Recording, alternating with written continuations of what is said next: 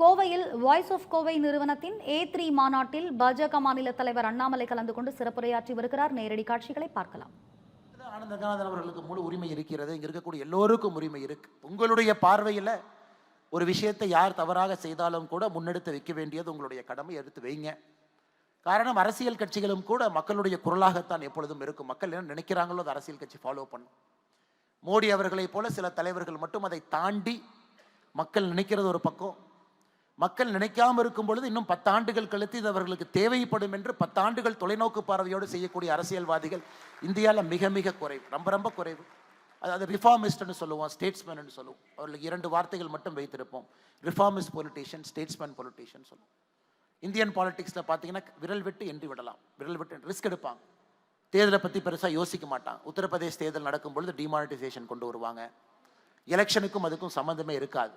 நாட்டுக்கு அது நல்லது என்று நினைத்தால் நிச்சயமாக செய்யக்கூடிய தலைவர்கள் மிக மிக குறைவு. ஆனால் இது போன்ற ஒரு அமைப்புகள் மூலமாக, தன்னார்வ அமைப்புகள் மூலமாக உங்களுடைய குரலை எல்லாம் நீங்கள் வெளிப்படுத்தும் பொழுது அரசியல் கட்சிகளும் கூட உங்களுடைய குரலை கேட்டு மாறுவதற்கு ஒரு வாய்ப்பு கிடைக்கும். அதனால் எல்லோருக்கும் பேசுவதற்கு உரிமை இருக்கு. அதனால் ஆனந்த கண்ணாதன் அவர்கள் பேசியிருக்கக்கூடிய எல்லா கருத்துக்களும் கூட அவர் தொடர்ந்து விவாதத்தில் வைக்கக்கூடிய கருத்துக்கள். அதே போல சில பேர்த்துடைய பேச்சு என்னால் கேட்க முடியலைங்க, பட் ரொம்ப அற்புதமாக நேற்றிலிருந்து பேசியிருக்கிறாங்க.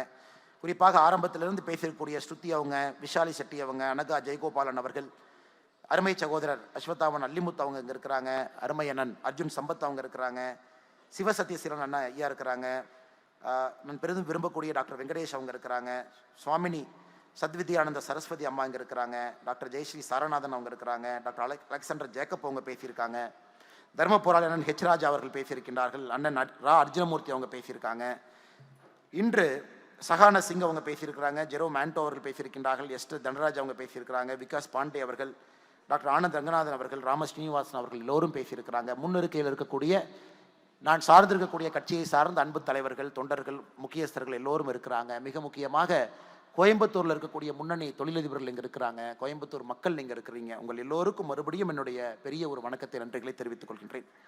எனக்கு கொடுத்திருக்கக்கூடிய தலைப்பு, சர்வதேசத்தில் இருக்கக்கூடிய அரசியல் நிலவரம் என்ன, இந்தியாவில் இன்று நடக்கக்கூடிய அரசியல் என்ன, என்னுடைய பார்வை என்ன. இது ஒரு டேஞ்சரஸ் டாபிக்ங்க. காரணம், நான் ஒரு அரசியல் கட்சியில் ஒரு பொறுப்பில் இருக்கேன், அதுவும் ஒரு மிக முக்கியமான பொறுப்பில் இருக்கேன். அரசியல் கட்சியினுடைய சித்தாந்தத்தை, கோட்பாடுகளை முழுமையாக ஏற்றுக்கொண்டு இந்த கட்சியில் ஒரு தொண்டனாக இருக்கின்றேன். அப்படி இருக்கும் பொழுது எனக்கு இந்த பொது மேடையில் என்னுடைய தனிப்பார்வையில் எப்படி இருக்கும், எப்படி இருக்குது, எப்படி இருக்க வேண்டும் நீங்கள் நினைக்கிறீங்க அப்படிங்கிற ஒரு தலைப்பை கொடுத்துருக்காங்க. இன்னைக்கு உலகத்தினுடைய அரசியல் பார்வை நமக்கு மிக மிக முக்கியமானது. காரணம், நம்ம எங்கே இருந்தாலும் கூட உலகத்தில் நடக்கக்கூடிய ஏதோ ஒரு விஷயம் நம்மிடம் ஒரு தாக்கத்தை ஏற்படுத்தும். குறிப்பாக அமெரிக்கா எலெக்ஷனை பாருங்க. ட்ரம்ப் ஜெயிச்சிருக்காங்க, 312 எலக்ட்ரல் காலேஜ் ஓட்டு வாங்கி ஜெயிச்சிருக்காங்க. கடந்த ஒரு 10 நாட்களாக அவருடைய சோஷியல் ட்ரூத் சோஷியல் அப்படிங்கிற சமூக வலைதளத்தில் ட்ரம்ப் அவங்க நிறைய விஷயங்கள் பேசுகிறாங்க. நேற்று சொல்லியிருக்காங்க, ஜனவரி 25ஆம் தேதி பதவியேற்ற உடனே இந்தியா உட்பட பிரிக்ஸ் நாடுகளிலிருந்து வரக்கூடிய பொருட்களுக்கெல்லாம் நான் வரி விதிக்க போகிறேன், பிரிக்ஸ் கண்ட்ரியோட பொருட்களுக்கு வரி விதிக்க போகிறேன் நேற்று முந்தா சொல்லியிருக்காங்க. கனடா உட்பட எல்லா நாடுக்கும் வரி விதிக்க போகிறேன், UK உட்பட வரி விதிக்க போகிறேன். இதெல்லாம் ஒரு பக்கம். இன்னொரு பக்கம் பார்த்தீங்கன்னா, அரசு இயந்திரத்தையே நான் குறைக்க போகிறேன். எத்தனை பேர் அமெரிக்கன் கவர்மெண்ட்டில் வேலை பார்க்குறாங்க, டவுன் சைஸ் பண்ண போகிறோம். இது ஒரு பக்கம். முதல் நாள் இல்லீகல் இமிகிரன்ஸ் எல்லாரையும் அமெரிக்காவிலிருந்து வெளியேற்ற போகிறோம். கிட்டத்தட்ட பார்த்தீங்கன்னா 12 மில்லியன், 1,20,00,000 பேர் இல்லீகல் மைக்ரேஷன் அமெரிக்காவில் இல்லீகல் இமிகிரன்ஸாக இருக்கிறாங்க. 12 மில்லியன், 1.2 crore முதல் நாள் அத்தனை பேர் அனுப்ப போகிறேன். இது அரசியல் ஒரு பக்கம். இன்னொரு பக்கம் அரசியல், இங்கிலாந்தில் சமீபத்தில் லேபர் பார்ட்டி ஜெயிச்சு அவங்க வந்து அரசியல் உட்கார்ந்துருக்காங்க. அவர்கள் வந்த பிறகு குறிப்பாக நம்ம இந்தியாவிலிருந்து செல்லக்கூடிய எத்தனையோ பேர் இன்னைக்கு இங்கிலாந்துக்கு போகிறாங்க. ஒரு வருஷத்துக்கு 3 லட்சம் பேர் போகிறாங்க, படிக்கிறதுக்கு உட்பட, வேலை பாய்ப்பதற்கு உட்பட, அங்கே சென்று பெர்மனண்ட்டாக இருக்கலாங்கிற வேற வேற கோணத்தில். அவர்களுடைய விசா ப்ராசஸ்லேருந்து எல்லாம் ஒரு விஷயம் அங்கே பாதிப்பு இருக்கு. அதே மாதிரி கடந்த 2 ஆண்டுகளாக இந்தியாவிலிருந்து வெளியே படிக்கக்கூடிய மாணவர்கள், அமெரிக்காவில் நம்ம தான் நம்பர் 1ங்க, சைனா ஓவர்டேக் பண்ணிட்டோம். இன்னைக்கு சைனா நம்பர் 2 கண்ட்ரி. இந்தியாவிலிருந்து அதிகப்படியான ஸ்டூடெண்ட்ஸ் இன்னைக்கு அமெரிக்கா போகிறாங்க. We are number 1 country in US students போகிறது. யூகேல கடந்த 3 வருஷமா நாம தான் நம்பர் 1. அதிகமான மாணவர்கள், வெளிநாட்டு மாணவர்கள் யுனைடெட் கிங்டமில் படிக்கிறாங்கன்னா India is number 1. Again China overtake பண்ணி 3 வருஷம் ஆகுது. Australia we are number 1. உலகத்தில் இருக்கக்கூடிய பெரும் நாடுகளில் எங்கே பார்த்தாலும் இன்னைக்கு இந்திய மாணவர்கள் எங்கே வேணாலும் பாரு. யுனைடெட் கிங்டம் மாதிரி ஒரு சின்ன நாட்டில் 8 மில்லியன் 80 மில்லியன் 8 கோடி பேர் இருக்காங்க. ஒரு வருஷத்துக்கு 3 லட்சம் மாணவர்கள் உள்ள போறாங்கன்னா யோசிச்சு பாருங்க. ஒரு காஃபி கடைக்கு போங்க, அங்க நம்முடைய மாணவர் ஒருத்தர் இருக்கார், பார்ட் டைம் வேலை பார்க்குறாரு. ஒரு ஷூ கடைக்கு போங்க, நம்முடைய பார்ட் டைம் மாணவர் ஒருத்தர் வேலை பார்க்குறாரு. நீங்க நம்ப மாட்டீங்க, ஒரு போன வாரம் ஒரு ஜூக்கு போயிருந்தேன். ஜூல பெண்குயினுக்கு ஒரு ஃபிஷ் கொடுத்துக்கிட்டு இருந்தார் ஒரு தம்பி, இந்தியன் தம்பி. நான் கூப்பிட்டு கேட்டேன், என்ன பண்ணீங்கன்னா, பார்ட் டைம் ஒர்க், நான் காலேஜில் படிச்சுட்டு இருக்கேன், பெண்குயினுக்கு ஃபீடு பண்ணுறது ஒரு பார்ட் டைம் ஒர்க்கு இங்கே இருக்கேன். ஜூவில் பெண்குயினில் ஃபீடு பண்ணுறதுல ஆரம்பித்து எல்லா இடத்திலும் கூட நம்முடைய மாணவர்கள் படிக்கும் பொழுது ஒரு பார்ட் டைம் வேலை அலோவ் பண்ணுறாங்க. அமெரிக்காவில் நடக்குது, இங்கிலாந்து நடக்குது. ஸோ இது இந்தியாவுக்கு மிக மிக புதிது. இத்தனை காலமாக லட்சக்கணக்கான நம்முடைய மாணவர்கள் ஒரு வளர்ந்த நாடில் நம்முடைய அம்பாசிடர்ஸாக, நம்முடைய தூதுவர்களாக, நம்முடைய கலாச்சார தூதுவர்களாக, இந்தியா நாடுன்னு என்னன்னே தெரியாதுங்க. ஒரு வெள்ளைக்காரங்க நம்முடைய மாணவர்களை பார்க்கும் பொழுது, ஓ இப்படித்தான் இந்திய நாடு இருக்குமா அப்படிங்கிற ஒரு எண்ணத்தை ஏற்படுத்தக்கூடிய மிக முக்கியமான பணியில நம்முடைய மாணவர்கள் இருக்கிறாங்க. எந்த அளவுக்கு நம்ம கவனம் கொடுக்கிறோம், அந்த அரசியல்ல ஒரு பெரிய தாக்கத்தை ஏற்படுத்துறாங்க. யுனைடெட் கிங்டம் உட்பட அமெரிக்காவில் எத்தனையோ உள்ளாட்சி தேர்தலில் தமிழகத்தை சார்ந்தவர்கள் வெற்றி பெறாங்க. டெபுட்டி மேயரா உள்ளாட்சி பிரதிநிதிகளை வெற்றி பெறாங்க. இது உலகம் முழுவதும் எல்லா இடத்துலையும் நடக்குது. ஏன், போன ஆண்டு record year 2023, highest number of Indians, rich Indians வேறொரு நாட்டில் குடியுரிமை வாங்கி செட்டில் ஆயிருக்கிறாங்க. 2 பக்கம் நடக்குது. வெளிநாட்டுக்காரங்க இந்தியாவுக்கு வர்றாங்க, வேலை பார்க்குறவங்க, அங்கே தங்கி இருந்தவங்க. இந்தியாவிலிருந்து எத்தனையோ பேர் இன்னொரு நாட்டில் சிட்டிசன்ஷிப் எடுக்கிறாங்க. இந்த சர்வதேச ஒரு அரசியல்ல, சர்வதேச சூழல்ல இன்னைக்கு 2024 நாம் பார்த்து கொண்டிருக்கின்றோம். எப்படி நடக்குது? ட்ரம்ப் அவர்கள் செய்யக்கூடிய ஒரு சின்ன ஒரு டாரிஃப் ரேட் போடுறாரு, நமக்கு எப்படி பாதிக்கும்? கோயம்புத்தூர் இருக்கக்கூடிய எஸ்எம்இக்கு அது எப்படி பாதிக்கும்? சென்னையில் இருக்கக்கூடிய எஸ்எம்இக்கு எப்படி பாதிக்கும்? இன்னைக்கு மேலை நாடுகள் எல்லோரும் கலாச்சாரத்தை முன்னிறுத்தி அரசியல் செஞ்சுட்டு இருக்காங்க. ட்ரம்ப் பொறுத்த வரைக்கும் அமெரிக்கா ஃபர்ஸ்ட் அப்படின்னு ஆரம்பிச்சிட்டார். அமெரிக்காவுக்கு தான் அமெரிக்காவில் முதல் உரிமை, வேறு யாருக்கும் கிடையாது. அதனால அமெரிக்கா பார்த்தீங்கன்னா அமெரிக்கா ஃபர்ஸ்ட்னே சொல்ல மாட்டாங்க. இமிகிரன்ஸ் வச்சு வளர்ந்த ஒரு நாடு. இன்னைக்கு ட்ரம்ப் ஒரு ஸ்ட்ராங் நேஷனலிஸ்ட் பாலிடிக்ஸ் கொண்டு வந்திருக்காங்க. ஜெர்மனியில் நடக்குது, இத்தாலியில் நடக்குது. உலகத்தினுடைய பெரிய நாடுகள் எல்லாம் இன்னைக்கு ஒரு இன்வர்ட் லுக்கிங்க, அந்த நாடு நன்றாக இருக்க வேண்டும், முதல் உரிமை எங்க மக்களுக்கு அப்படிங்கிற ஒரு அரசியலை கையில் எடுக்க ஆரம்பித்திருக்கிறாங்க. இதுவும் நமக்கு எப்படிப்பட்ட தாக்கத்தை ஏற்படுத்தும்? இது ஒரு சூழல். இரண்டாவது, இந்தியாவை பொறுத்தவரை நடக்கக்கூடிய அரசியல் ஒரு combination of politics. Anand Ranganathan அவங்க சொன்னாங்க, பாலிடிக்ஸ் ஆஃப் பெர்ஃபார்மன்ஸ். மோடி அவர்கள் உதாரணம்.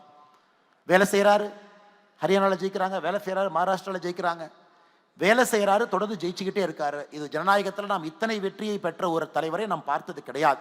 ஏன்னா மக்களுக்கே ஒரு லெவலுக்கு மேல போர் அடிக்கும். தொடர்ந்து 2வது முறை, 3வது முறை, 4வது முறை, குஜராத் மாதிரி 5 முறை இந்த மாதிரிலாம் ஜெயிக்கிறதுலாம் வாய்ப்பே கிடையாது. அதுவும் ஜனநாயகத்தில் தொடர்ந்து பாலிடிக்ஸ் ஆஃப் பெர்ஃபார்மன்ஸ்ல ஜெயிக்க முடியும்னு காட்டக்கூடிய தலைவர் ஒரு பக்கம், அது ஒரு அரசியல் நடக்குது. இன்னொரு பக்கம் பாலிடிக்ஸ் ஆஃப் அப்பீஸ்மெண்ட், அப்பீஸ் பண்ணி ஜெயிக்க முடியும் அப்படின்னு காட்டக்கூடிய கட்சிகள் ஒரு பக்கம்.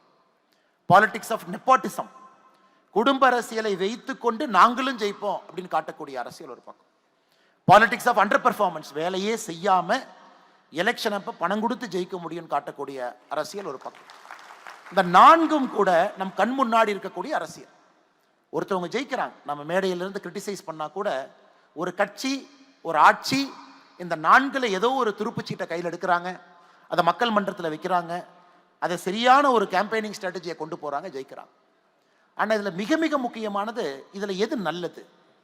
இன்னைக்கு ஆனந்த் ரங்கநாதன் அவர்கள் அந்த பாயிண்ட் லைட்டாக தொட்டாங்க. எது நல்லது? இன்னைக்கு பாரதிய ஜனதா கட்சியை பொறுத்தவரை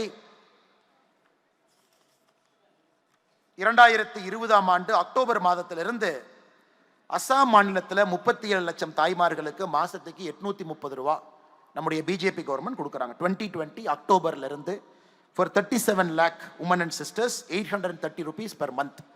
திமுக எப்ப கொடுக்க ஆரம்பிக்கிறாங்களோ அவர்களுக்கு முன்பதாக இருந்து அசாம். பாரதிய ஜனதா கட்சியினுடைய மத்திய பிரதேசம் பிஜேபி ஆட்சி 2023 மார்ச் மாதத்திலிருந்து 1,29 லட்சம் தாய்மார்களுக்கு மாதம் 1,250 ரூபாய் கொடுக்குறாங்க. 2024 மார்ச் மாதத்திலிருந்து சத்தீஸ்கர் பாரதிய ஜனதா கட்சியினுடைய ஆட்சி 70 லட்சம் தாய்மார்களுக்கு மாதம் 1000 ரூபாய் கொடுக்குறாங்க. 2024 ஜூலை மாதம் முதல் மகாராஷ்டிரா மாநிலத்தில் 1,70,00,000 தாய்மார்களுக்கு பாரதிய ஜனதா கட்சியினுடைய ஆட்சி 1,500 ரூபாய் மாதம் கொடுக்குறாங்க. ஒரிசால 2024 செப்டம்பர் மாதத்திலிருந்து பாரதிய ஜனதா கட்சியினுடைய ஆட்சி 80 லட்சம் தாய்மார்களுக்கு வருடத்திற்கு 10,000 ரூபாய் அவங்களுக்கு கேஷ் டிரான்ஸ்ஃபர் நடக்குது. ஒரு பக்கம் இப்போ ஆனந்த் ரங்கநாதன் அவங்க சொன்னாங்க, ஒரு சின்ன ஒரு பாலிடிக்ஸில் ஒரு ஃபைன் லைன் வரணும். ஃப்ரீபி எங்கே இருக்கு, வெல்ஃபேரிசம் எங்கே இருக்கு? ஃப்ரீபியில் ஆரம்பித்து வெல்ஃபேரிசத்தில் முடியுதா, இல்லை வெல்ஃபேரிசத்தில் ஆரம்பித்து அது ஃப்ரீபியை நோக்கி போகுதா அப்படிங்கிற ஒரு கேள்வி கேட்டாங்க. இன்னைக்கு மோடி அவர்கள் 2014 இந்த இரண்டையும் சரிவர செய்யக்கூடிய ஒரு மனிதராக மாறி இருக்கின்றார். இரண்டையும் நாங்கள் லெப்டிஸ்ட் கவர்மெண்ட் ஒரு பேர் கொடுப்பாங்க. இவங்க லெப்டிஸ்ட், இவங்க வந்தாங்கன்னாவே மக்களுக்கு எல்லாம் சலுகைகள் மட்டும்தான் கிடைக்கும். இது ரைட்டிஸ்ட் கவர்மெண்ட், இவங்க வந்தாங்கன்னா மக்களை கசக்கி பிழுங்கி வருமான வரியெல்லாம் ஏற்றி நான் ரோடு போடுறேன் பாலங்கட்டன்னு ஒரு ரைட்டிஸ்ட் கவர்மெண்ட் சொல்லுவாங்க. இலவசம் என்பது ஃப்ரீபின்னு இருக்காது, வெல்ஃபேர் எக்கனாமிக்ஸ் இருக்காது. ஆனால் இன்னைக்கு மோடி அவர்களுடைய ஆட்சி 10 ஆண்டு காலம் யாராச்சும் உன்னிப்பாக பார்த்தீங்கன்னா அவரே நம்பர் கொடுத்தார். 40 கோடி மகளிருக்கு மேலே வங்கி கணக்கு. ஒரு வங்கி கணக்கில் 1,500 ரூபாய் கொரோனா காலகட்டத்தில். 80 கோடி மக்களுக்கு இன்னைக்கு 5 கிலோ அரிசி 1 கிலோ பருப்பு ஒரு மாசமும். 5 லட்சம் ரூபாய் மருத்துவ காப்பீடு லட்சக்கணக்கான கோடிக்கணக்கான நம்முடைய மக்களுக்கு. 18 கோடிக்கு மேற்பட்ட விவசாய பெருமக்களுக்கு வருஷத்துக்கு 18,000 ரூபாய். இதெல்லாம் ஒரு பக்கம் பார்க்கும் பொழுது மோடிஜி அவர்களை பொறுத்தவரை 2 விஷயத்தில் தெளிவாக இருக்காங்க. ஒரு பக்கம் உள்கட்டமைப்பு வசதிகள் நடந்துகிட்டே இருக்கணும். 48 லட்சம் கோடி ரூபாய் நம்ம வாங்குற பட்ஜெட்டில் அது போயிட்டே இருக்கணும். இன்னொரு பக்கம் கேஷ் இன்ஃபியூஷன் நடக்கணும். ஏன்னா சிஸ்டம் அந்த அளவுக்கு எஃபிஷியன்ட் கிடையாது. நாம் சில பேருக்கு சில நேரத்தில் கை தாங்கலாக நிற்க வேண்டிய அவசியம் ஒரு அரசுக்கு இருக்கு, அதை செய்யறோம். அதுவும் மிக முக்கியமாக மோடி அவர்களை பொறுத்தவரை இது ஏதோ ஒரு இலவசமாக அள்ளி தெளித்து விட்டு அதன் மூலமாக இது வாக்காக மாறும் என்று சொல்வதை விட இந்த கேஷ் டிரான்ஸ்ஃபர் என்பது கன்சிஸ்டன்டாக ஒரு பாரதிய ஜனதா கட்சியினுடைய ஆட்சியும் நாம் பார்க்கிறோம். எல்லா தரப்பட்ட மக்களுக்கும் எல்லா விதமான சலுகைகளும் வர வேண்டும் என்று நினைக்கக்கூடிய ஒரு அரசியல். இது ஆனந்த் ரங்கநாதன் அவர்கள் இதை ஃப்ரீபி என்று சொன்னால் சொல்வதற்கு முழு உரிமை அவருக்கு இருக்கு. இன்னொரு பார்வையில் அது வெல்ஃபேர் எக்கனாமிக்ஸ் சொன்னாலும் சொல்வதற்கு ஒரு உரிமை இருக்கு. இன்னைக்கு அரசியல் கட்சிகள் பார்த்தீங்கன்னா எக்ஸாக்டா இந்த மிடில் கோர்ட்ல நிற்கிறோம், சென்டர் கோர்ட்ல நின்று பார்த்து கொண்டிருக்கின்றோம். எதை எப்படி கொண்டு வரணும், எப்படி டிசைன் பண்ணணும். எல்லாம் இலவசமாக செல்லும் பொழுது என்ன ஆகும்? இல்லை இலவசமா ஒண்ணுமே இல்லை, வெல்ஃபேர் எக்கனாமிக்ஸே கிடையாது, ஒன்லி இன்ஃப்ராஸ்ட்ரக்சர் டெவலப்மெண்ட் என்று சொல்லும் பொழுது என்ன ஆகும்? இந்த காலகட்டத்தில் இன்னைக்கு இந்திய அரசியல் இருக்கு. இதை ராகுல் காந்தி அவர்கள் போன்றவர்கள் அடுத்த கட்டம் எடுத்துட்டு போக பார்க்குறாங்க. அதாவது அனைத்தும் இலவசமாக கொடுக்க முயற்சி பண்றோம். நாட்டில் எந்த விதமான வளர்ச்சி இல்லை என்றாலும் கூட அதை பற்றி நீங்க கண்டுக்காதீங்க. 60 லட்சம் கோடி எம்எஸ்பி எல்லா விவசாய பொருளுக்கும் கொண்டு வந்த 60 லட்சம் கோடி. ஆனால் இன்னைக்கு விவசாய பொருள் 23 பொருளுக்கு எம்எஸ்பி இருக்கு. அதே கிட்டத்தட்ட 15 லட்சம் கோடி ரூபாய் இருக்கு. எதற்காக இதை பேசுறோம் அப்படின்னாங்க, ஒரு அரசியல் மேடையில் நம்ம இதெல்லாம் பேச முடியாது. அரசியல் மேடை திமுகவுடைய மேடை எப்படி இருக்கும்னா, ஸ்டாலின் அவங்க இருக்கிறாங்கன்னா ஒரு பேப்பர் கையில் இருக்கும். மத்திய அரசு திட்டியா 1, வடக்கு தெற்கு சொல்லிட்டியா 2, ஹிந்தி திருப்பி பேசிட்டியா 3, எல்ஐசியில் யாரோ ஒருத்தர் ஹிந்தியில் லெட்டர் எழுதுனா போட்டுட்டியா 4, நாமளே அனுமதி கொடுத்துட்டு கையெழுத்து போட்டுட்டு நாமளே இல்லைன்னு சொல்லலாமா 5. இது ஒரு டிபிக்கல் ஃபார்முலா பேஸ்ட் பாலிடிக்ஸ். அடுத்தது இந்த பக்கம் இவங்களை சரி பண்றதுக்கு இதெல்லாம் செஞ்சிட்டுனா இவனை திட்டு அவனை திட்டு. இது ஒரு விதமான அரசியல். ஆனால் இது போன்ற ஒரு மேடைகளில் அறிவுபூர்வமான மக்கள் அமர்ந்து அரசியல் கட்சியை சாராதவர்கள் நிறைய பேர் இருக்கும் பொழுது நாம் பேசுற கருத்துக்கள் தான் அரசியல் கட்சியினுடைய மேனிஃபெஸ்டோவாக சில காலத்தில் மாற ஆரம்பிக்கும். அதற்குத்தான் நான் வரும்போது சுதர்ஷன் அவர்களை நடுவில் உட்கார வச்சாங்க. ஏன்னா அவரே உட்கார வைக்கல, சுதர்ஷன் என்கின்ற மனிதர் உட்கார வைக்கலைங்க. வாய்ஸ் ஆஃப் கோவை நடத்தக்கூடிய இந்த விழாவில் உங்கள் பிம்பமாக இருக்கக்கூடிய ஒருவரை இந்த நிகழ்வுல உட்கார வைக்கணும். காரணம், இது முக்கியமான ஒரு நிகழ்வு. அரசியல் கட்சியெல்லாம் தாண்டி சாதாரணமாக வாழக்கூடிய, எனக்கும் அரசியலுக்கும் சம்பந்தம் இல்லை என்று நினைக்கக்கூடிய உங்களை போன்ற சோ கால்டு மிடில் கிளாஸ் அப்படிங்கிற ஒரு வார்த்தையை போடுவாங்க. சோ கால்டு மிடில் கிளாஸ் அப்படி. ஏன்னா மிடில் கிளாஸ் மக்களை பொறுத்தவரை பெருசாக யோசிக்க மாட்டாங்க, குடும்பத்தை பற்றி யோசிப்பாங்க, அவர்களுக்கு மாத வருமான செலவு பற்றி யோசிப்பாங்க. வேற எதுவும் யோசிப்பதற்கு அவர்களுக்கு நேரமே இருக்காது. வேலை செய்யக்கூடியவர்கள் மிடில் கிளாஸ் என்பதற்காக சோ கால்டு மிடில் கிளாஸ் அப்படிமா. என்னைக்கு இந்த மிடில் கிளாஸ் மக்கள் அதை நாம் உடைக்க போகின்றோம் அப்படின்னு நினைக்கிறோமோ அன்னைக்கு தாங்க அரசியல் மாறும். நாம நினைக்கணும், என்னை நடக்கக்கூடிய அரசியல் எப்படி இருக்கு. 48 லட்சம் கோடி ரூபாய் பட்ஜெட் எப்படி போடுறாங்க. தமிழ்நாட்டில் 3 லட்சம் கோடி ரூபாய் பட்ஜெட் திமுக அரசு எப்படி போடுறாங்க. அந்த பட்ஜெட்ல எந்தெந்த பணம் எங்க போகுது. தமிழ்நாட்டில் உள்கட்டமைப்பு இருக்கா. அதே நேரத்தில் வெல்ஃபேர் எக்கனாமிக்ஸ், மகளிருக்கு, பெண்களுக்கு, குழந்தைகளுக்கு தேவையானது நடக்குதா. அதே நேரத்தில் ஆரம்ப கல்வி சிறப்பாக இருக்கா. அதே நேரத்தில் சுத்தமான சுகாதாரம் இருக்கக்கூடிய ஒரு நல்ல ஒரு மருத்துவ வசதி நமக்கு கிடைக்குதா. இதெல்லாம் நாம் பேசக்கூடிய கேள்விகளாக இருக்கணும். ஆனால் இன்னைக்கு தமிழ்நாடு அரசியல் பார்த்தீங்கன்னா இது எதுவுமே கிடையாதுங்க. இந்த 3 மாத காலம் நான் வெளியே படிக்க சென்றிருந்த பொழுது பார்த்தீங்கன்னா, ஒரு சக்சஸ்ஃபுல் ஆக்டர் பாலிடிக்ஸ் வந்துட்டாரு, ஒரு failed actor deputy chief minister ஆயிட்டார். இன்னைக்கு வந்தீங்கன்னா பத்திரிகை நண்பர்கள் கேட்கிற முதல் கேள்வியும் சினிமாவை சுற்றி தான் இருக்கு. முதல் கேள்வி சென்னை விமான நிலையத்தில், முதல் கேள்வி நம்முடைய கோயம்புத்தூர் விமான நிலையத்தில் நம்முடைய அன்பு பத்திரிகை நண்பர்கள் கேட்கக்கூடிய கேள்வி, இவங்க அரசியல் எப்படி பார்க்குறீங்க, அவங்க எலிவேஷன் எப்படி பார்க்குறீங்க. ஆனால் எனக்கு தெரியும், உங்களுக்கு தெரியும், காமன் மேனுக்கு அதனால் ₹1 பிரயோஜனம் இருக்கான்னு கேட்டிங்கன்னா கண்டிப்பாக கிடையாது. காமன் மேனுக்கு ₹1 பிரயோஜனம் இருக்கா? காமன் மேனுக்கு ரெவல்யூஷனரியாக ஒரு அரசியல் கொண்டு வந்திருக்காங்களா? இல்லை. நான் யாரையும் குற்றம் சுமத்தலை. நடிகர் விஜய் அவர்களுடைய அரசியல் நான் வரவேற்கிறேன், வரணும். ஒரு உச்சத்தில் இருக்கக்கூடிய நடிகர், பெரும் அன்பை பெற்றிருக்கக்கூடிய நடிகர், நிறைய பேர் அவருடைய படத்தை ரசித்து பார்க்குறாங்க. ஆனால் அரசியல் பரிமாணம் வேறு. அரசியல் என்பது முழுமையான ஒரு வேறு களம். ஆனால் வரட்டும், களமாடட்டும், பார்ப்போம். அதே நேரத்தில் உதயநிதி ஸ்டாலின் அவர்களுடைய எலிவேஷன் என்ன சொல்கிறேன், பல இடத்துல கிரிட்டிசைஸ் பண்ணலை. எலிவேஷன் என்ன சொல்கிறேன்னா, இது ஒரு விதமான அரசியலை முன்னெடுக்கிறேன், அது மக்கள் பார்க்குறாங்க. ஏன்னா அவங்க கட்சி யாரையை கொண்டு வர வேணும் இருக்கோ அவங்களுக்கு உரிமை இருக்கு. ஏன்னா இந்த மேடையில் முழுமையாக அரசியல் பேசினா அது தவறாக போயிருங்க. இன்னைக்கு மக்களுக்கு பயன்படக்கூடிய அரசியல் நம்ம பேசலைங்க, நம்ம பேசுறது இல்லை. ஒரு ஸ்டெர்லைட் மூடுனால காப்பர் எக்ஸ்போர்ட் பண்ணிக்கிட்டு இருந்த ஒரு நாடு இன்னைக்கு காப்பர் இம்போர்ட் பண்ண ஆரம்பிச்சிருக்கு அப்படிங்கிற செய்தி எத்தனை தமிழகத்தினுடைய ஊடகத்தில் அது வந்திருக்கு. ஒரு நாடு ஸ்டெர்லைட் கம்பெனியை விடுங்க, யார் நடத்துறாங்க விடுங்க, we are not bothered. யாரோ XYZ அதை நடத்திட்டுங்க.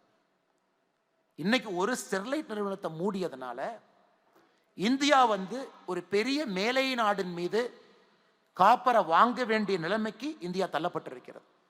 அப்ப ஜியோ பாலிட்டிக்ஸ்ல இந்தியாவுக்கு என்ன பிரச்சனை சர்வதேச அரசியல்ல ஏற்படும் அப்படிங்கிறத ஒரு common man, so called middle class நம்ம சொல்றவங்க அவங்க புரிஞ்சுக்கிட்டாங்கன்னா இதை வச்செல்லாம் நீ அரசியலே பண்ண முடியாது.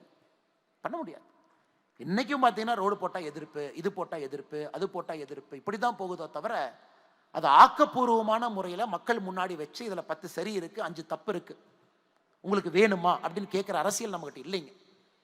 டங்ஸ்டன் மதுரையில் எடுத்தா கண்டிப்பாக 10 பிரச்சனைகள் அது இருக்கு, இல்லைன்னு அது சொல்லவே இல்லைங்க. கண்டிப்பாக இருக்கு. மக்கள் வெளியே போகணும், அந்த 20 ஸ்கொயர் கிலோமீட்டருக்குள்ள நீங்கள் டங்ஸ்டன் எடுக்கணும், அது ஒரு முக்கியமான ஒரு மெட்டீரியல் நமக்கு வேணும். கண்டிப்பா அதுல நல்லதும் இருக்கு. ஏன்னா நம்ம யாரு மேலே டிபெண்ட் ஆகாம இருக்கும். இதை பக்குவமாக எடுத்து செல்லக்கூடிய அரசியல்வாதிகள் இன்னைக்கு கிடையாது. நல்லது இருக்கு, கெட்டது இருக்கு, மக்கள் நீங்க முடிவு பண்ணுங்க. கிராமத்தில் ஒரு கமிட்டி போட்டு முறைப்படி எடுத்து சொல்லுங்க. அதன் பிறகு கிராம சபையை கூட்டுங்க. அதுல வேலை வாய்ப்பு இத்தனை பேத்துக்கு வருது, இதுல பிரச்சனையானாலும் இத்தனை பேத்துக்கு வேலை வாய்ப்பு கிடைக்குது. சுகாதாரம், சுற்றுச்சூழல் பிரச்சனை இந்த மாதிரி கையாளுறாங்க மத்திய அரசு அதிகாரிகள், நீங்க சொல்லுங்க. கிராம சபையில் எங்கிட்ட சொல்லுங்க, என்ன பிரச்சனை நீங்க சொல்லுங்க, எவ்வளவு இன்வெஸ்ட்மெண்ட் வரும், அதனால் அதை சுற்றி எந்த விதமான தொழிற்சாலைகள் வரும் சொல்லுங்க. இதெல்லாம் கிடையாதுங்க. ஒரே வார்த்தை எதிர்ப்பு அல்லது ஒரே வார்த்தை ஆதரவு.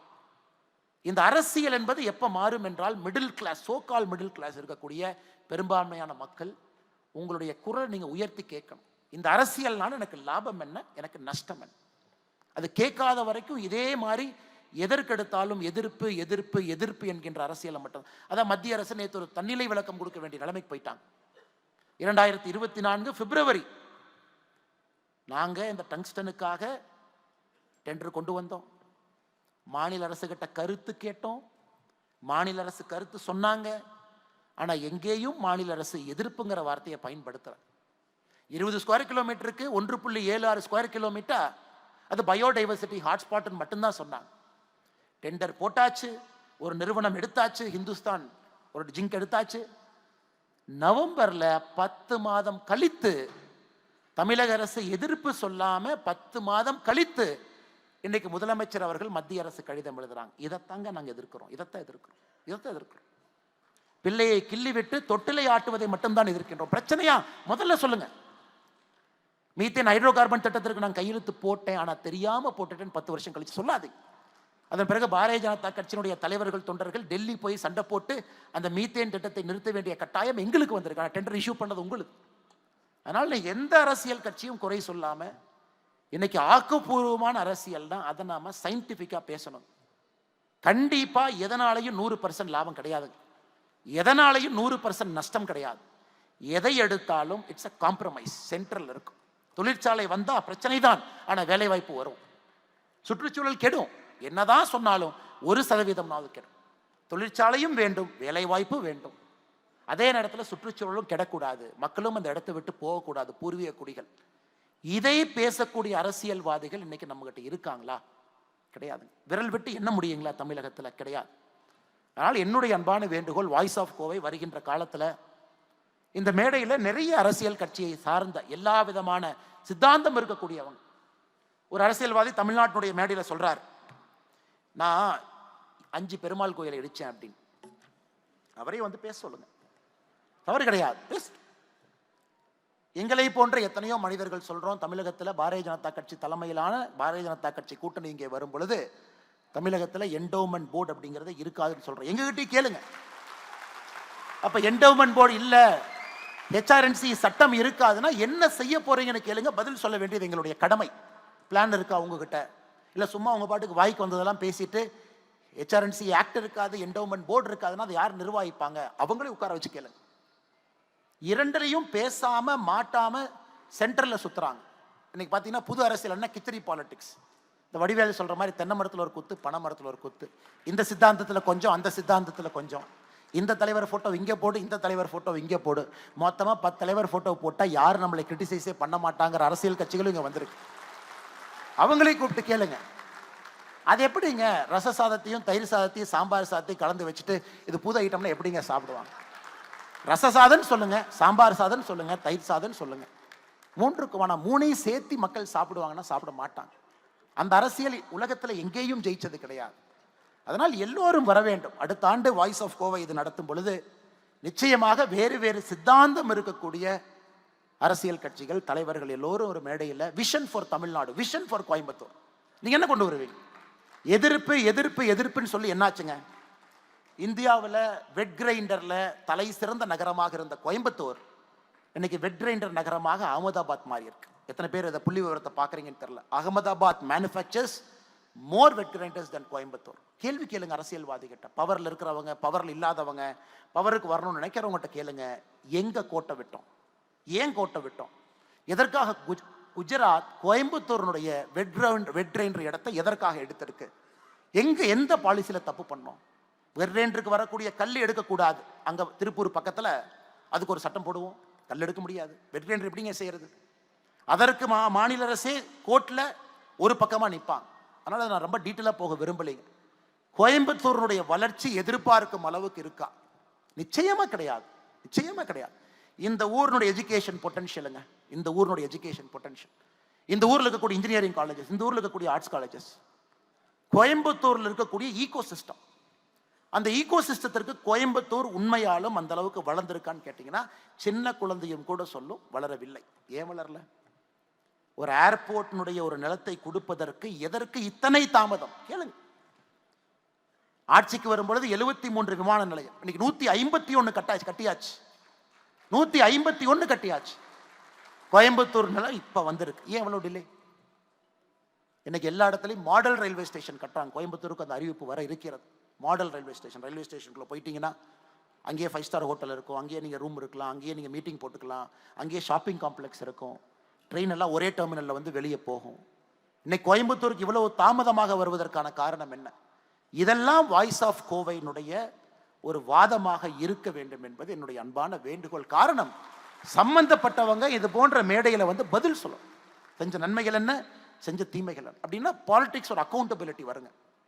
இல்லாட்டி இந்த ஜாதி இந்த கூட்டணி வச்சிருந்தா இப்படி ஓட்டு, இந்த ஜாதி இப்படி ஓட்டு போடுவாங்க. அந்த அரசியலுக்குள்ள நம்ம போக ஆரம்பிச்சோம் அப்படின்னாங்க பெர்ஃபார்மன்ஸ் பேஸ்ட் பாலிடிக்ஸ் அது கிடையாது. அது அப்படியே போயிட்டே இருக்கு. கோயம்புத்தூர் போன்ற வளர வேண்டிய நகரங்கள் இன்னும் பின்தங்க ஆரம்பிக்கும். அதனால் வருகின்ற காலத்தில் நிச்சயமாக நீங்கள் இதை செய்ய வேண்டும் என்கின்ற அன்பான வேண்டுகோளை இந்த நேரத்தில் உங்கள் முன்னால் வைப்பது என்னுடைய கடமையாக கருதுகின்றேன். சமீபத்திலிங்க நானும் ஒரு பல்கலைக்கழகத்துக்கு சென்று படிச்சுட்டு வந்தேன். நிறைய பேர் கேட்டாங்க, படிக்கிறதுக்கு போகணுமா, அரசியல்வாதியாக இருந்து படிக்க போகணுமா? எல்லாரும் படிச்சாங்களா? அரசியல் தலைவர்கள்லாம் படிச்சாங்களா? இல்ல தமிழகத்தில் இருக்கக்கூடிய பெரும் மேதை கர்ம வீரர் காமராஜர் ஐயா படிச்சாங்களா? ஒரு எதிர்க்கட்சி நண்பர் என்கிட்ட குற்றச்சாட்டு வச்சார் பத்திரிகை மூலமா. நான் சொன்னேன், அண்ணா நான் காமராஜர் ஐயா இல்லைங்கன்னா ஒரு கால் செருப்பில் இருக்கக்கூடிய அழுக்குக்கு பக்கத்தில் இருக்கக்கூடிய ஒரு ஆள் நான். அதனால் அவர் படிக்காம இருந்திருக்கலாம், பட் நான் போய் படிச்சுட்டு வர்றேங்க ஐயான்னு. சமீபத்தில் அங்கே இருக்கும் பொழுது ஒன்றை பார்த்தங்க. ஒரு பேப்பர், ஒரு ஆட். அன்னை தமிழ்நாட்டை ஆள பிறந்தவரே, ஆரியம் வென்ற திராவிட திருமகனே, இளைஞர்களின் எழுச்சி நாயகனே, ஈடு இணையற்ற வெற்றி சரித்திரமே, உடன் பிறப்புகளின் உயிரோவியமே, ஊருலகம் மெச்சும் கொள்கை வீரனே, எல்லாருக்குமானவரே, ஏற்றம் தரும் நாயகரே, ஐந்தெழுத்து மந்திரமே, ஒட்டுமொத்த தமிழர்களின் நம்பிக்கையே, ஓய்வறியா உழைப்பின் திராவிட தலைமுறையே, ஔதாரியம் நிறைந்தவரேன். சரி, வழக்கமா திமுக யாரோ ஆடு போடுறாங்க, இது வழக்கமா. யாரப்ப அந்த ஆடு கொடுத்தான்னு பார்த்தா அண்ணன் பிடிஆர் பழனிவேல் தியாகராஜன். அப்புறம் நான் கேட்டேன், இதுக்கு தான் அமெரிக்காவில் படிக்க போனீங்களான்னு. இன்னைக்கு என்ன ஆயிருக்குனாங்க, சில அரசியல் அறிவாளிகளை கூட அடிமைவாதிகளாக மாற்றக்கூடிய அரசியல் இருக்கும்போது, நல்லா நான் வச்சுக்கணும், அறிவாளிகள் கூட அடிமையாக இருந்தால் மட்டும்தான் இங்கே அரசியல் செய்ய முடியும் என்கின்ற நிலைமை இன்னைக்கு தமிழ்நாட்டில் வந்துருச்சு. அண்ணன் பிடிஆர் அவர்கள் நான் குறைய சொல்லிங்க, மெத்த படித்தவர், பெரும் நிறுவனத்தில் பணி செஞ்சவர், கண்டிப்பாக தமிழகத்தினுடைய ஃபினான்ஸ் மினிஸ்டர் இருந்தாங்க, ஐடி மினிஸ்டர் இருந்தாங்க, எந்த குறையும் சொல்லிங்க. எக்ஸ்ட்ரீம்லி ஒரு காம்பிட்டன்ட் ஒரு ஹியூமன் பீயிங். அச்சீவ்மெண்ட் நிறையா இருக்கு, குடும்பம் அது போன்ற, அப்பா அந்த மாதிரி. இன்னைக்கு உண்மையை சொல்ல வேண்டும் என்றால் பிடிஆர் பழனிவேல் தியாகராஜன் அவர்கள் சொந்த தொகுதியில் பணம் கொடுக்காம ஜெயிக்கிறார். அது உண்மை, அது பாராட், அவரை பாராட். மாற்று கட்சியாக இருந்தாலும் மாற்று சித்தாந்தம் இருந்தாலும் கூட பணம் கொடுக்காம ஒரு மனுஷன் எலெக்ஷன் ஜெயிச்சுட்டு வர்றாருன்னா பிடிஆர் ஜெயிக்கிறார். அதெல்லாம் அந்த அந்த பிளஸ் மார்க்லாம் நம்ம போட்டுடலாங்க. ஆனால் மைனஸ் மார்க் பாருங்க, அவரையும் இது போன்ற எழுத வைத்திருக்கிறார். அவரையும் இது போன்ற, அவருக்கும் உதயநிதி ஸ்டாலினுக்கும் தராஸ் தட்டில் உட்கார வச்சு கம்பேர் பண்ண. அதனால் தயவு செய்து இதை நான் ஒரு அரசியல் மேடையாக நான் பயன்படுத்துறேன்னு தவறா நினைச்சுக்காதீங்க. உள்ள இருக்கக்கூடிய உந்துதலை சொல்லுகின்றேன். ஒரு இளைஞன் இங்க இருக்கிறாங்க, வெளியே நிற்கிறாங்க. ஒரு நடுத்தர குடும்பத்தில், விவசாய குடும்பத்தில் அந்த இளைஞன் பிறந்திருக்கின்றான், சகோதரன் சகோதரி. அரசியலுக்கு வர வேண்டும் என்கின்ற ஆசை அந்த குழந்தைக்கு இருக்குன்னா, அமெரிக்கா இங்கிலாந்துலாம் 2 ரூட்டுங்க. படிச்சு மேலே போய் உன்னை சாதிச்சு அரசியலுக்கு வரலாம். 90% அந்த ரூட்ல தான் வருவாங்க. 90% பெர்ஃபார்மன்ஸ் பாலிடிக்ஸ் படிப்பாங்க, ஒரு வேலை பார்ப்பாங்க, பேர் வாங்குவாங்க. ஒரு காலகட்டத்திற்கு பிறகு அரசியலுக்கு வர வேண்டும், மக்களுக்கு சேவை செய்யணும், இந்த ரூட். ஆனால் தமிழ்நாட்டில் பார்த்தீங்கன்னா இந்த ரூட்டு பொய் என்பதை நாம் தொடர்ந்து ஊர்ஜிதம் செய்து கொண்டிருக்கின்றோம். அடிமையாக ஒருத்தவங்களுக்கு ஜால்ரா போடணும், அவர்கள் நல்லவர்கள்னு சொல்லணும், இது போன்ற மந்திரமே, நாயகரே, இந்த மாதிரிலாம் எழுதணும். அதனால் இதையும் கூட நடுத்தர மக்கள் நீங்க கேள்வி கேட்கணுங்க. நடுத்தர மக்கள் கேள்வி கேட்கணும். இன்னைக்கு இருக்கக்கூடிய அரசியல் அறிவாளிகளை கூட அடிமைவாதிகளாக மாற்ற ஆரம்பித்தால் இந்த அரசியல் எங்க போய் நிற்கும்? இன்னைக்கு ஆனந்த் ரங்கநாதன் ஐயா சொன்னாங்க, எனக்கும் பிடிஆர் அவர்களுக்கும் 1008 கருத்து வேறுபாடுகள் இருக்குங்க. அதெல்லாம் ஒரு பக்கம் விடுங்க. 1008 கருத்து வேறுபாடுகள் இருந்தாலும் அவருடைய சித்தாந்தத்தில் அவர் உட்கார்ந்துருக்கார். இன்னைக்கு ஒரு அரசியல் கட்சிக்குள்ள புது எனர்ஜி வேணும்னு நீங்க நினைச்சீங்கன்னா இது போன்ற மனிதர்கள் மட்டும்தான் ஒரு புது எனர்ஜியை கொடுக்க முடியும். இன்னைக்கு அவங்க நிலைமை, அடுத்து உதயநிதி ஸ்டாலின் அவர்கள் வர வேண்டும் என்றால் நாம் வர வேண்டும் என்பதற்காக எப்படியெல்லாம் மாறிட்டாங்க பாருங்க. அதனால்தான் அன்பு சகோதர சகோதரிகளே, இன்னைக்கு தமிழகத்தில் மிக முக்கியமாக நடக்கக்கூடிய அரசியலை மெரிட் பேஸ்டா, பெர்ஃபார்மன்ஸ் பேஸ்டா, சோஷியல் ஜஸ்டிஸ் ஓரியன்டாக கொண்டு செல்ல வேண்டும் என்றால் நடுத்தர மக்களுக்கு தான் இது பொருள்.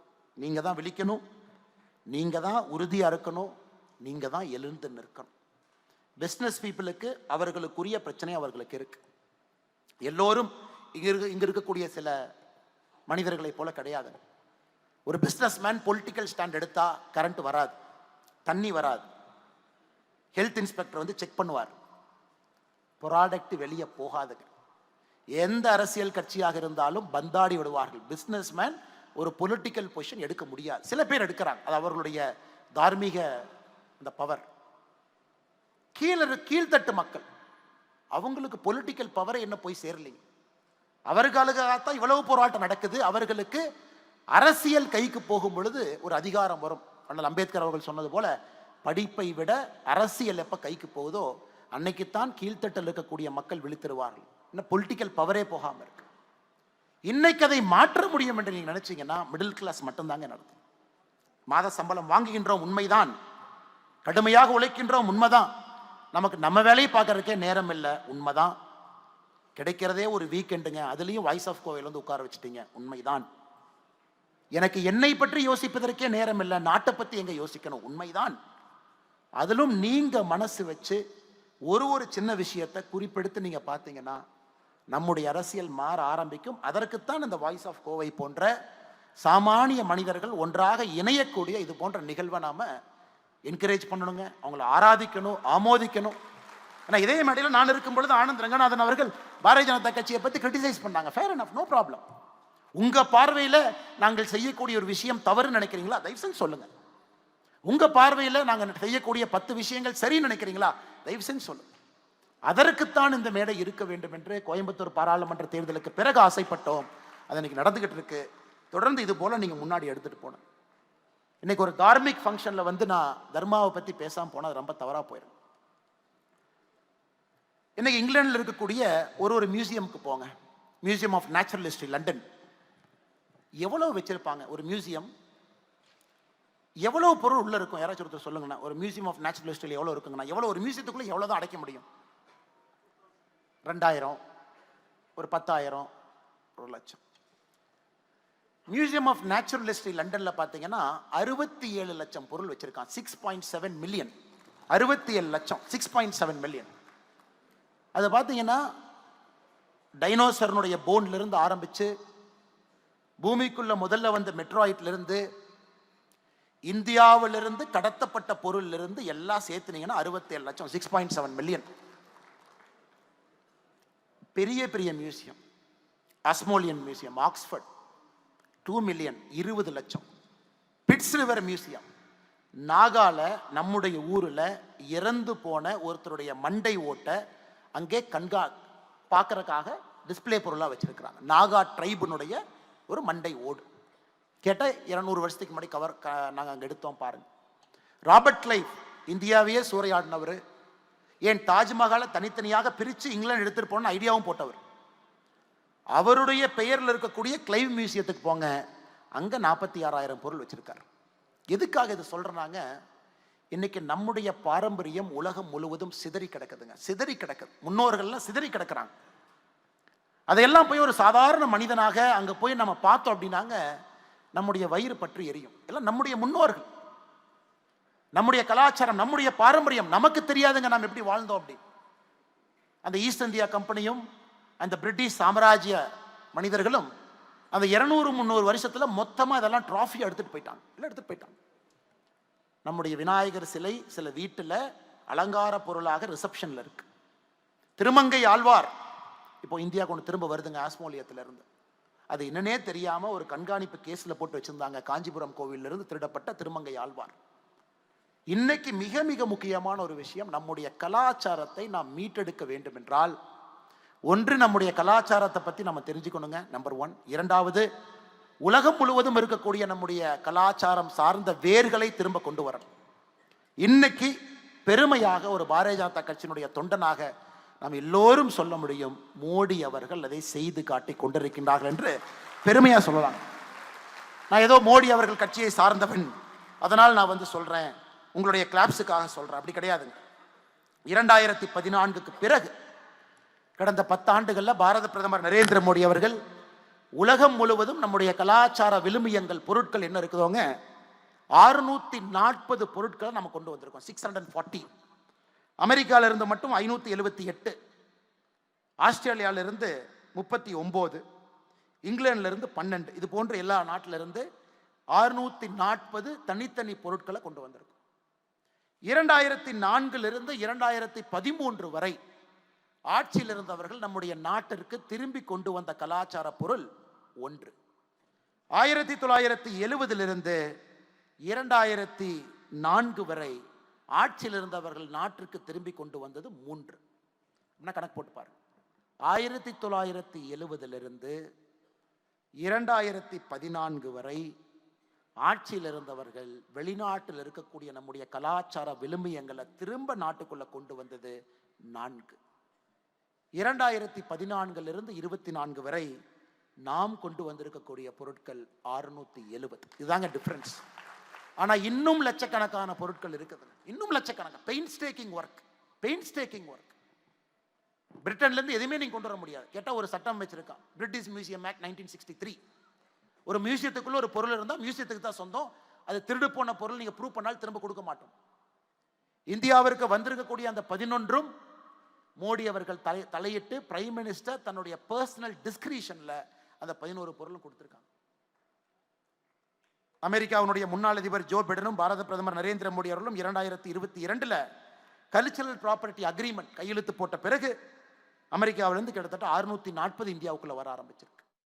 பிஜேபி தலைவராக மோடி கடிதம் எழுதுறீங்க, இதுவரைக்கும் இந்தியாவில் யாருமே பண்ண மாட்டாங்கன்னா, சென்னை மெட்ரோ வேண்டும் என்று நீங்க எதுக்கு நான் கடிதம் எழுதுனீங்க? அது மத்திய அரசு கொடுக்கும், மாநில அரசு நாங்க தான் செய்யறோம் நாங்க, நீங்க எதுக்கு கடிதம் எழுதுனீங்க?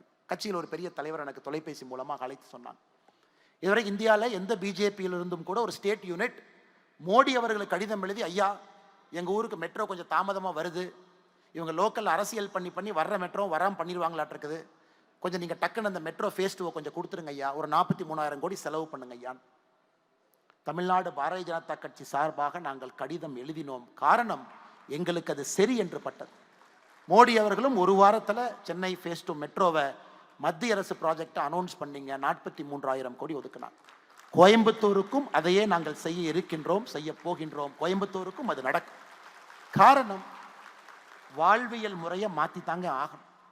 நான் என்ன சொல்றேன்னாங்க, கொஞ்சம் நீங்க எங்களை ஃபோர்ஸ் பண்ணுங்கன்னு நான் சொல்றேன்.